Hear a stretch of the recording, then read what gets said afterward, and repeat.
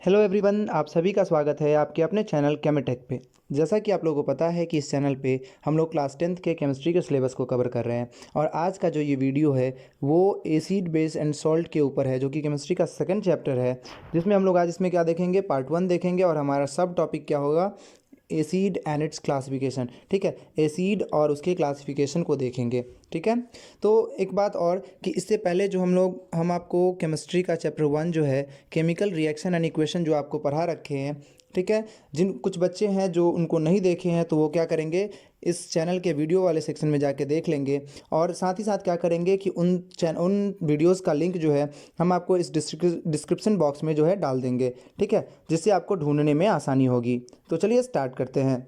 इस टॉपिक में सबसे पहले हम लोग देखेंगे अर्लियर डिफिनीशंस क्या होता था हमारे लिए। जब हम लोग क्लास 7 में होते थे तो हम लोग को सिंपल सा एसिड का डिफिनीशन क्या दिया जाता था कि the substance which are sour in taste is known as acid. कि जो सब्सटेंस, कोई सब्सटेंस है, सावर है, खट्टा है, अगर उसका टेस्ट, तो वो क्या हो जाएगा, एसिड हो जाएगा। तो ये हमारा हो गया कि जूनियर क्लासेस के लाइक जूनियर क्लासेस का डेफिनेशन होगा। और अभी हम लोग जब जिस लेवल पे हैं, क्लास 10th के बोर्ड के एग्जाम में अगर ये डिफिनीशन लिखेंगे तो क्या होगा कि हम लोग को मार्क्स नहीं मिलेगा। ठीक है, तो हम लोग को ये डिफिनीशन अब यूज़ नहीं करना है। ठीक है, अब कहता है there are 3 concept to determine whether the substance is acid और बेस। कहने का मतलब है कि हम लोगों के पास 3 ऐसा कॉन्सेप्ट है जिस कॉन्सेप्ट के जरिए हम लोग एसिड और बेस को डिटरमाइन कर सकते हैं। कौन कौन से वो कॉन्सेप्ट है देखते हैं। सबसे पहला कॉन्सेप्ट आता है आर्हेनियस कॉन्सेप्ट, दूसरा आता है ब्रोंस्टेड एंड लॉरी कॉन्सेप्ट और तीसरा जो होता है कॉन्सेप्ट वो क्या है, Lewis acid and base concept. इस वीडियो में या फिर क्लास 10th के लेवल में हम लोग क्या करेंगे कि आर्हेनियस कॉन्सेप्ट के बारे में हम लोग पढ़ेंगे कि आर्हेनियस कॉन्सेप्ट क्या है और वो कैसे एसिड और बेस को डिफाइन करता है। Bronsted and Lowry concept and Lewis and acid base concept जो है ये हम लोग को आगे के क्लासेस में देखने को मिलेगा। ठीक है, तो चलिए देखते हैं कि एसिड का डेफिनेशन क्या होगा आर्हेनियस कॉन्सेप्ट के हिसाब से। एसिड क्या होगा, सो देखिए, कहता है according to Arrhenius concept, Arrhenius concept के हिसाब से क्या होगा एसिड, कि the substance which dissociates in water to produce H+ ion is known as acid. कहने का मतलब है कि वैसा सब्सटेंस जो वाटर में डिजॉल्व होने के बाद H+ आयन का प्रोडक्शन करता है या डिसोसिएट होकर H+ आयन प्रोड्यूस करता है तो वो क्या कहलाता है, हमारा एसिड कहलाता है। ठीक है, जैसे फॉर एग्जांपल हमारे पास हाइड्रोक्लोरिक एसिड है HCl, H2SO4 sulphuric acid, HNO3 nitric acid and CH3COOH जो हो जाएगा हमारे पास एसिटिक एसिड या इसको इथेनोइक एसिड कहते हैं। ठीक है, जैसे ही ये वाटर में जाता है ये क्या होता है, H+ आयन का फॉर्मेशन करता है और H+ आयन फॉर्मेशन के कारण ही जो है इसको क्या बोलते हैं, हम लोग एसिड बोलते हैं। ठीक है, तो इस चीज़ को आप लोग क्या कीजिएगा, ध्यान में रखिएगा। ठीक है, अब देखते हैं इसका कि क्लासिफिकेशन जो होता है तो किन किन टाइप्स में क्लासिफिकेशन होता है। ठीक है, हमारे पास क्या है, क्लासिफिकेशन ऑफ एसिड। ठीक है, तो देखिए एसिड को भी क्या है, डिफरेंट बेसिस पे क्या किया जाता है, क्लासिफाई किया जाता है। ठीक है, तो जो सबसे पहले क्लासिफिकेशन हम लेते हैं वो क्या है, हमारा classification of acid on the basis of element present in it. कहने का मतलब है एलिमेंट, एसिड में जो एलिमेंट्स प्रेजेंट होते हैं उसके हिसाब से जो क्लासिफिकेशन होगा वो हम लोग देखेंगे। ठीक है, तो सबसे पहला जो आता है वो है हमारा क्या, हाइड्रा एसिड। देखिए हाइड्रा एसिड क्या होता है उसको समझते हैं। कहता है the acid in which hydrogen and other non metal is present except oxygen is known as hydra acid. कहने का मतलब एसिड, वैसा एसिड जिसके अंदर में हाइड्रोजन होगा और कोई दूसरा नॉन मेटल होगा लेकिन ऑक्सीजन नहीं होगा, तो उस तरीके के एसिड को हम लोग क्या बोलेंगे, हाइड्रा एसिड बोलेंगे।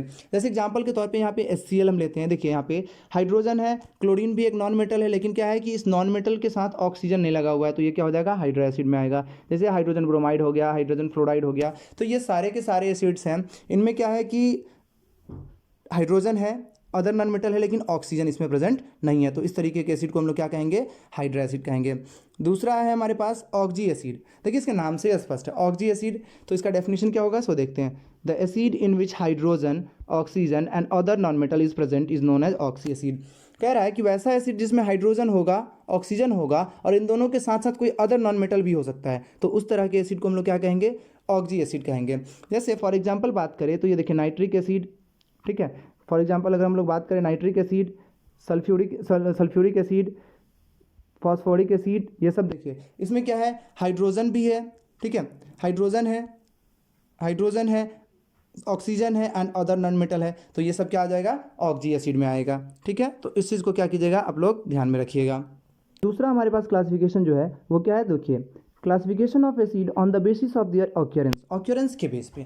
ठीक है, ऑक्यूरेंस के बेस पे 2 टाइप में क्लासिफाई किया गया है। कौन कौन सा है, तो ऑर्गेनिक एसिड, पहला है ऑर्गेनिक एसिड क्या कहता है, सो देखिए the acid which is obtained by natural sources are known as organic acid. इस नेचुरल सोर्स में हम क्या करेंगे कि मेनली लेंगे किसको, लिविंग सोर्स से, ठीक है, लिविंग सोर्स से जो ऑब्टेन होता है एसिड उसको हम लोग क्या बोलते हैं, ऑर्गेनिक एसिड। जैसे हम बात करते हैं एप्पल में देखिए मैलिक एसिड है, लेमन से सिट्रिक एसिड पाया जाता है, टामारिंड में क्या होता है, टार्ट्रिक एसिड होता है। तो इस तरीके से बहुत सारे ऐसे ऑर्गेनिक एसिड है जो हमारे लिविंग सोर्स से ऑब्टेन किए जाते हैं। तो सिंपल सा कॉन्सेप्ट क्या याद रखना है कि लिविंग सोर्स से अगर कोई एसिड ऑब्टेन हो रहा है तो वो क्या कहलाएगा, ऑर्गेनिक एसिड कहलाएगा, ठीक है। दूसरा है हमारे पास इनऑर्गेनिक एसिड।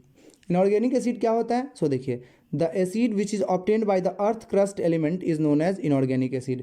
कहने का मतलब है कि वैसा एसिड जो हमारे अर्थ के क्रस्ट में जो एलिमेंट पाए जाते हैं उनसे जो एसिड बनता है उसको क्या कहते हैं हम लोग, इनऑर्गेनिक एसिड कहते हैं।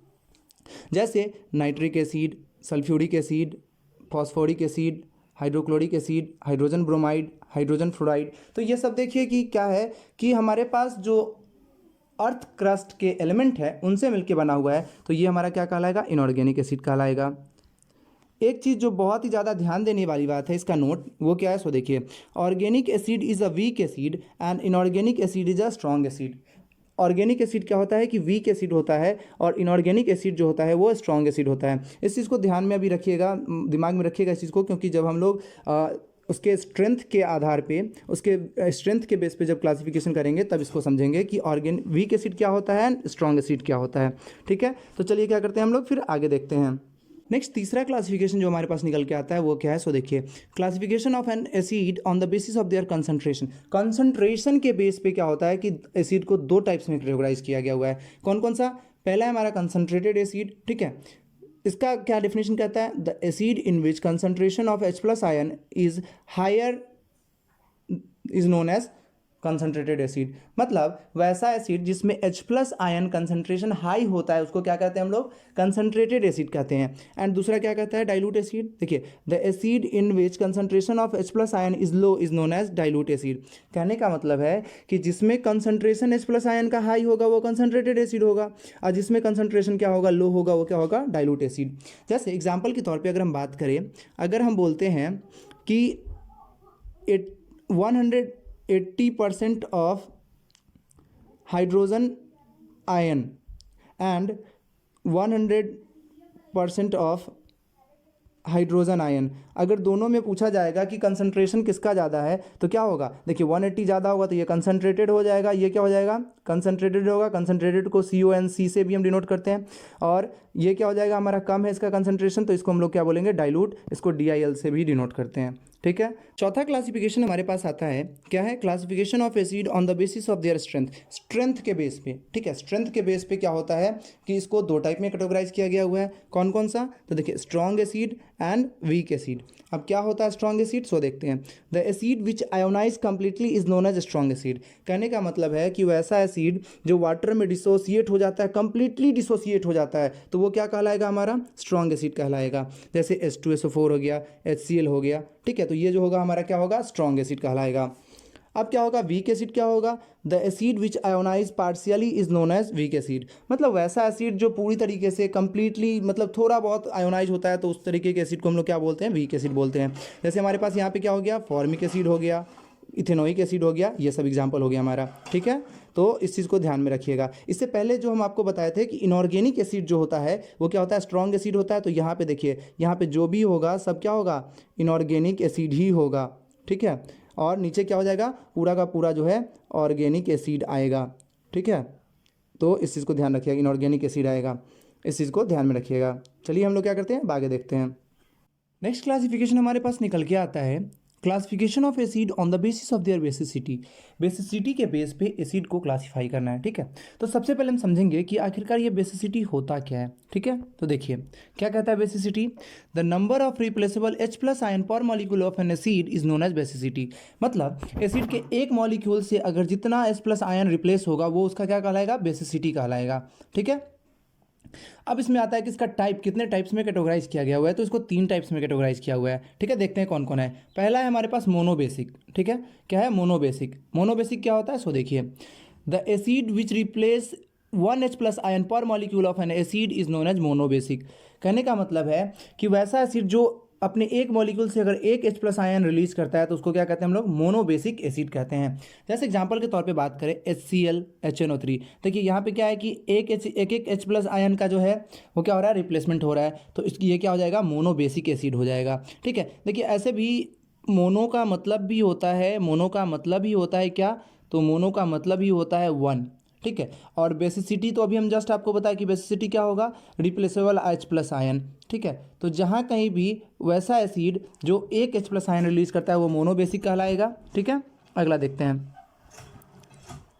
नेक्स्ट है हमारे पास डाइबेसिक। ठीक है, डाइबेसिक क्या होगा, सो देखिए, the acid which replace 2 H+ ion per molecule of an acid is known as dibasic. ठीक है, वैसा एसिड जो एक मॉलिक्यूल एसिड का 2 H+ आयन रिलीज करे। ठीक है, एक molecule acid 2 H+ ion release करे तो वो क्या कहलाएगा, डाइबेसिक एसिड कहलाएगा। जैसे एग्जांपल देखिए, हमारे पास H2SO4 है, H2CO3 है, देखिए दोनों का दोनों जो है 2 H+ आयन जो है रिलीज कर रहा है, तो ये क्या हो जाएगा, डाइबेसिक एसिड हो जाएगा। ठीक है, डाइबेसिक हो जाएगा। डाइबेसिक का मतलब क्या निकल के आया, 2 H+ आयन का रिलीज होना चाहिए। ठीक है, अगला देखते हैं।